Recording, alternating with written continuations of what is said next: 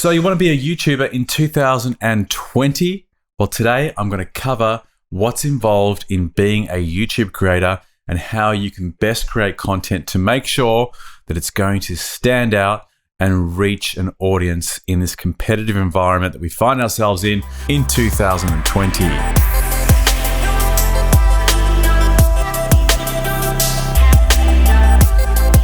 With YouTube now hitting around 31 million creators, we have a very competitive environment. So you need to make sure that you're doing the best you possibly can in terms of creating your content in the first place and then marketing it so that you can reach the widest possible audience. I'm going to provide you with some tips today on how to do exactly that. First up is the creative process. To be a YouTuber, you need to be inherently creative or willing to undergo the creative process, which involves planning out your content, script writing, and also being able to tell a story. So the first thing you need to decide is whether you have it within you to develop that sense of creativity. If you're already a creative person, it's a great place to start. You just need to put a little bit of structure around that creativity and make sure you're following a script and guideline for your content. And this will give you the best results in terms of planning out content. The next is the ability to operate a camera, to be a director, to set up lights and master your audio. So the technical side of being a YouTuber comes into place. And quite often when we're just starting out our channels, we don't have the budget or the means to have a production crew to facilitate all of that complex process. But that doesn't mean you can't do it all yourself. Now with the advancement of technology, the latest iPhone or an Android device are all capable of recording high quality video up to 4K. You can also purchase lighting at a very cost-effective price and microphones and have a great YouTube setup very easily and without spending too much money. For example, for less than $300, you could add a tripod mount adapter to the equation, a single source LED light, and a Rode lapel microphone to the mix, and you will significantly improve the production value of your videos. But having purchased the equipment is only one step in the process. You need to have the patience to embark on the learning journey to understand how to use the equipment and deliver the best possible video recording. Now, having said that, the equipment alone isn't what's going to make a great video. It really does come down to your ability to create a compelling story and also to present that content. YouTube, being an inherently visual medium, requires you as the creator to step in front of the camera and be able to present your ideas and your story with confidence and with a certain amount of charisma. Now, we don't always have that ability when we first start out recording ourselves on camera. In fact, you're probably not going to be very happy with what you see if you haven't done it before. It is part of that creative process. You need to start somewhere and follow along until you actually are developing as a presenter. There is some innate talent required, but you can develop it if you don't have it naturally. It's just something that will require time. So paying respect to that creative process and understanding that these things take time is really an important part of the process of becoming better. And also looking at your work with a critical eye, not too critical, but just having a look at what you're doing right and what's wrong and how you can improve your presentation style. If you're not really sure if you're cutting it as a presenter, maybe you could start with videos that don't include the visuals. You could try just voiceover.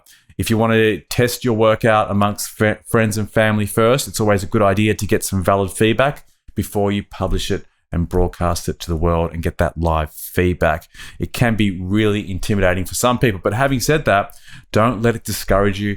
You will get better as you go along, undoubtedly. The next thing you need to be aware of is the ability to market and promote your videos. You need to do this inside the YouTube platform itself and also outside on all of the social media platforms available to you, along with websites and wherever you can promote your content. So getting people to respond to your videos requires an audience, and that audience is going to have to come from somewhere. And when you're just starting out on YouTube, let's face it, those views are going to take a long time to start coming in. Now, there's a few things you can do to ensure that you'll get optimal views on YouTube, and that includes understanding how titling works, creating a description, using keywords, and setting up all the parameters in your Creator Studio to get that video optimized for search inside YouTube. The next thing you need to be aware of is how to create compelling graphics for your thumbnail so that when that video is displayed to a potential viewer, they're more likely to click on it because of the compelling graphics that you've created. So you need to be creative in a visual way as well in order to optimize those videos. And the next one is communication. You need to be a great communicator when you run a YouTube channel. Once you start building subscribers and having people comment on your videos and asking questions, you want to be responding to those comments as frequently as you possibly can. In the early days, you'll only get a few comments here and there, but as your channel grows and you build a subscriber base, it's very likely that you'll get 10 to 20 comments per day.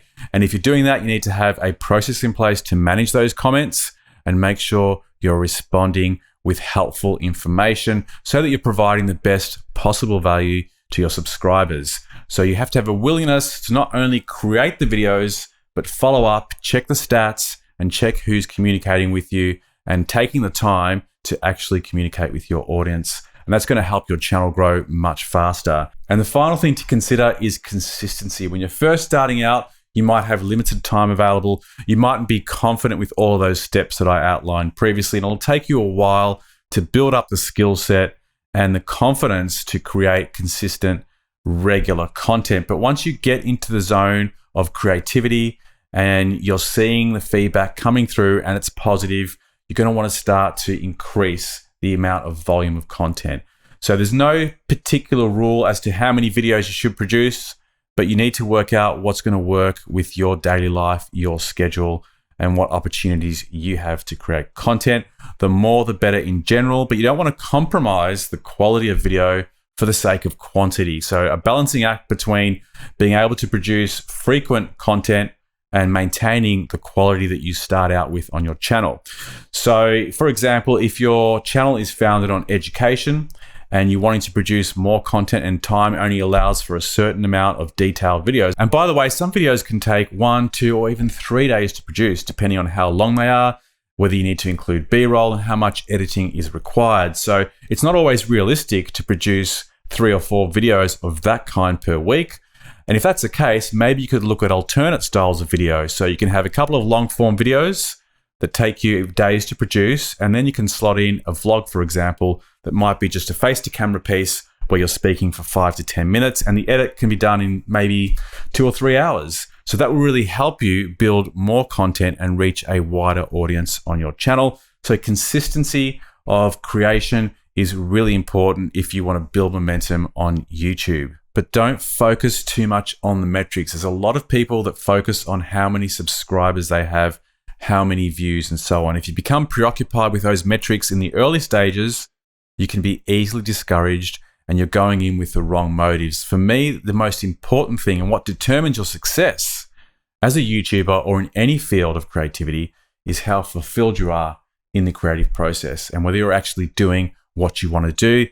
That is paramount and really supersedes how many subscribers or views you're getting.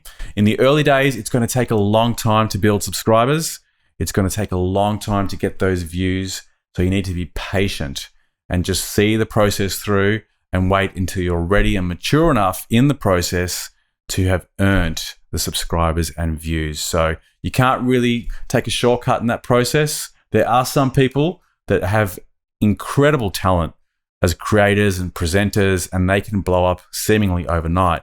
It might take them a few months and it might take others years. So there's no real formula for how long it's going to take for you to succeed and build an audience in YouTube. It's really dependent on the content you're creating and how well it resonates with an audience and whether the topics you've chosen are in demand and are easily found on YouTube and propagated via the algorithm. Finally, once you reach a certain level of success with your channel, you might be ready to monetize, and that means you can actually make money off your videos. Isn't that incredible? YouTube is perhaps the only platform for smaller creators to have any chance of making money.